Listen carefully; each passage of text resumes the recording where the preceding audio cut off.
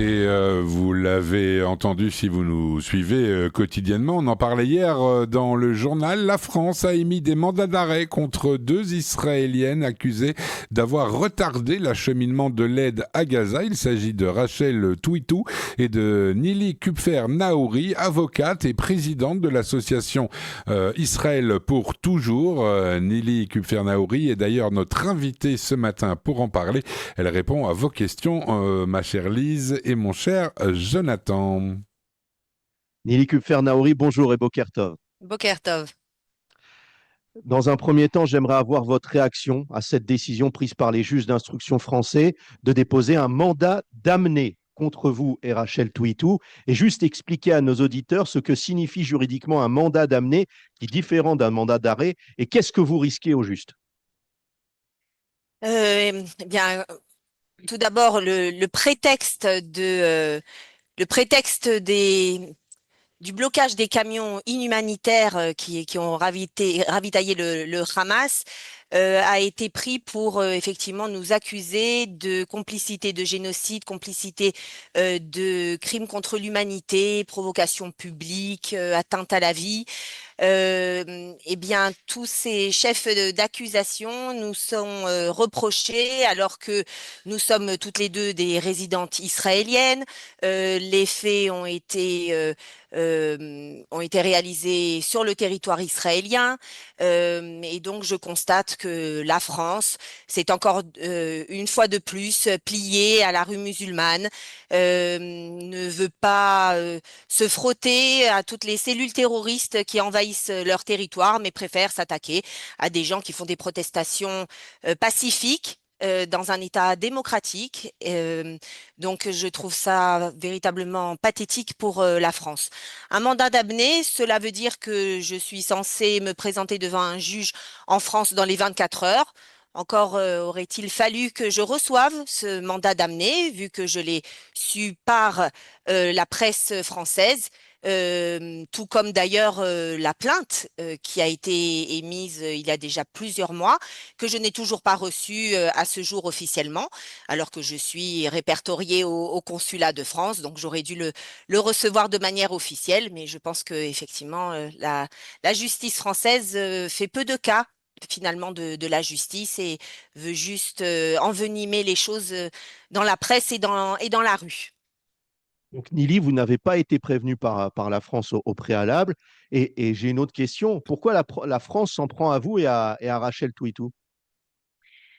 Euh, alors, je vous poserai la question à Rachel en ce qui la concerne. En ce qui me concerne, je pense que je dérange, que une voix juive fière qui porte avec honneur la souveraineté d'Israël sur tout notre territoire, sur toute la terre d'Israël, qui défend les intérêts de l'État d'Israël, eh bien, cela dérange. Il faut bien le croire, vu toutes les menaces et les insultes que je reçois sur les réseaux des musulmans français et également des députés de LFI.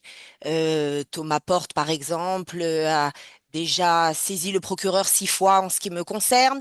Donc forcément, apparemment, je suis une voix qui dérange.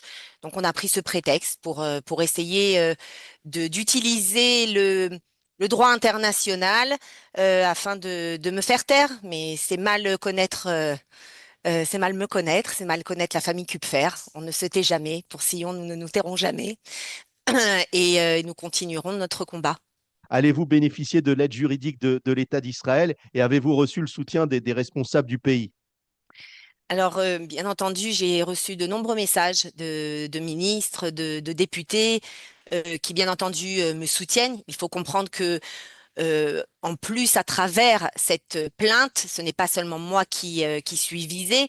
M'accuse de complicité de génocide, finalement, cela veut dire qu'on accuse l'État d'Israël de génocide.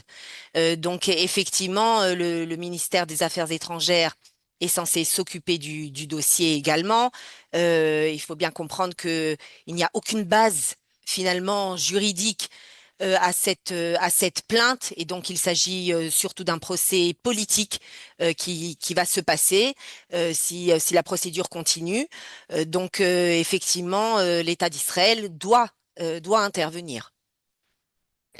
Alors, je disais, Nili, qu'il y a plusieurs ONG palestiniennes, Al-Haq, PTHR et Al-Mezan, qui sont derrière ces deux mandats d'amener émis par les juges français.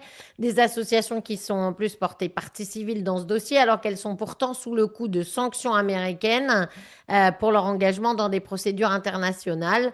Et on avait déjà la fondation INRAJAB qui poursuivait tous les soldats israéliens. Donc là, on a des nouvelles. Est-ce que c'est pas un dangereux précédent pour que ça se passe aussi dans d'autres pays d'Europe, Nili? Ça, c'est possible. Ce qui est incroyable, c'est que du coup, en acceptant cette plainte, la France légitime finalement ces organisations.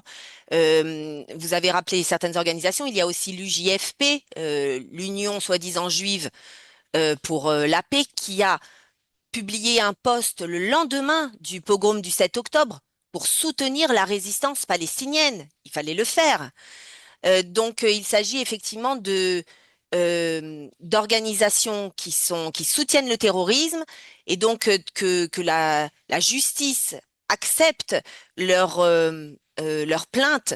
C'est véritablement nous sommes en fin de compte dans un combat pour la vérité.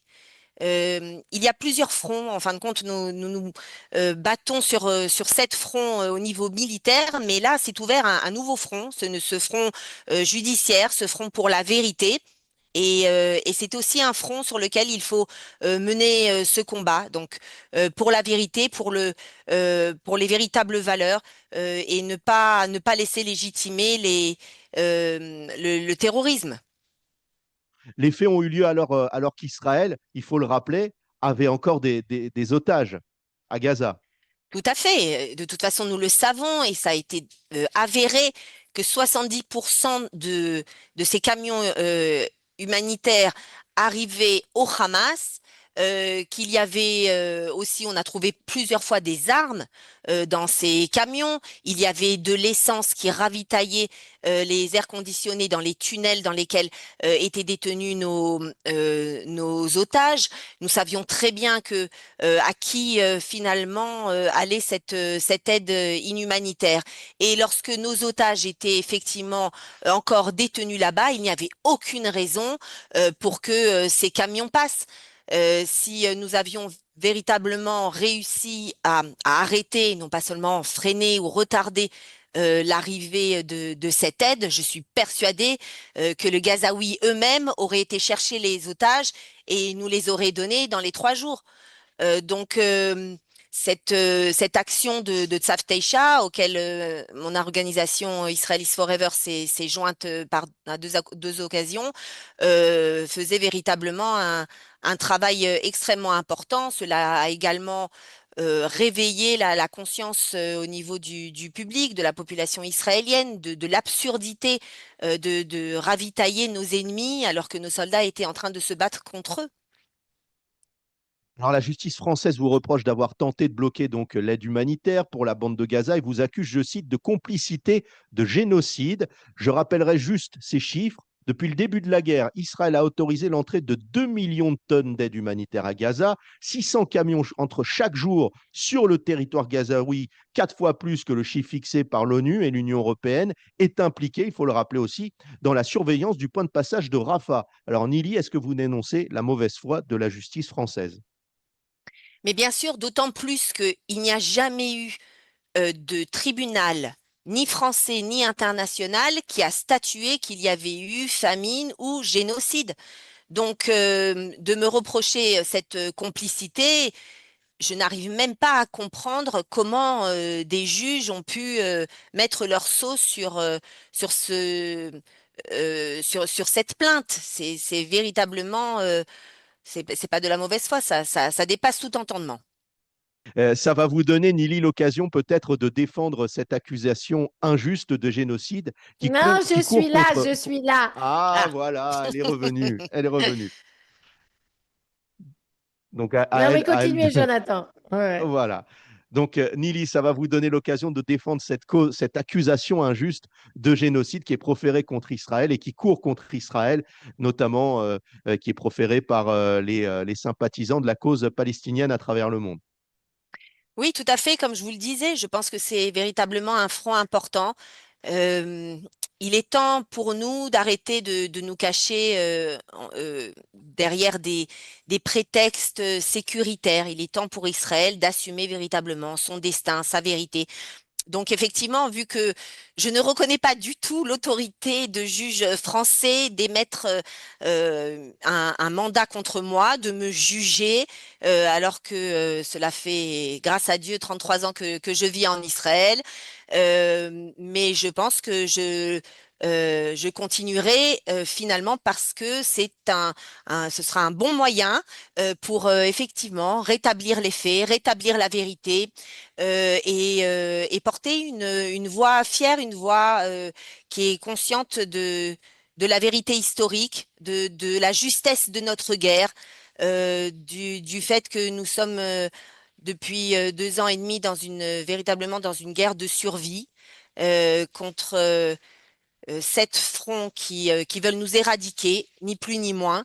Et donc, il est temps d'arrêter de s'excuser de mener cette bataille et d'assumer que nous sommes un pays qui a le droit à son indépendance, à sa souveraineté, à sa sécurité, et que si nous assumons véritablement cet état de fait, ce n'est que par ces moyens que nous aurons véritablement une paix.